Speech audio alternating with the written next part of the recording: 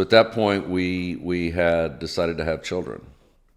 So it took 3 years to have. We had to go through fertility treatments. So we had Patrick in 1992, and I was working like a dog, and right while she was pregnant, my boss said, "You need to move to London," and I was like, "Cool." So you're 37. I'm 30. Yeah, 37. You're 37. I'm like, great, but my wife doesn't want it. Well, and he goes, just talk to her. So I talked to her. She goes, absolutely not. I'm pregnant. I don't want to move to London. We just bought a house. I'm finally happy. And I said, well, we're going to move to London because that's where my opportunity was. And so she stayed in Connecticut and finished her pregnancy and had the baby. I commuted New York to London every week. How does that look? It's exhausting. I did that for 6 months. So you left Sunday, came back Thursday? I left Sunday, came back Friday. Uh-huh. Yeah, I'd leave.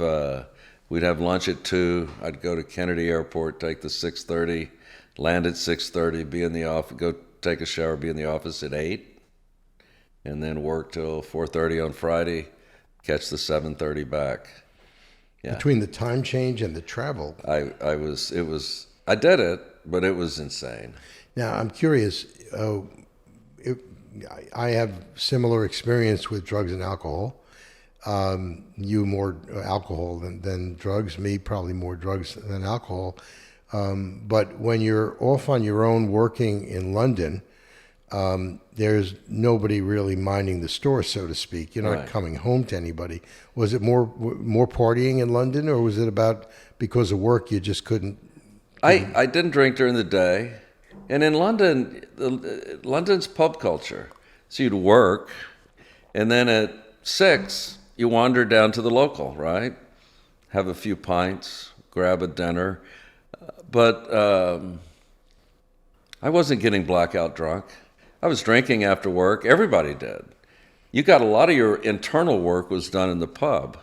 It was great. You know, you'd get your shipping guys and risk management and the traders, and you'd kind of have a few pints, and I loved it. I loved the whole style of work in London.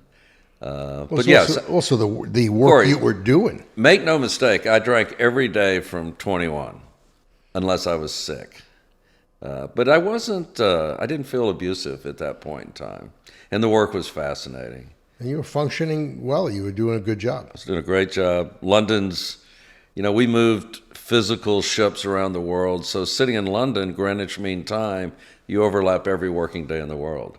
You come in the morning, and the Far East is back from lunch. You go to lunch, you come back, America's come in. So it was a long day. I mean, you could productively work 16, 17 hours a day with breaks, so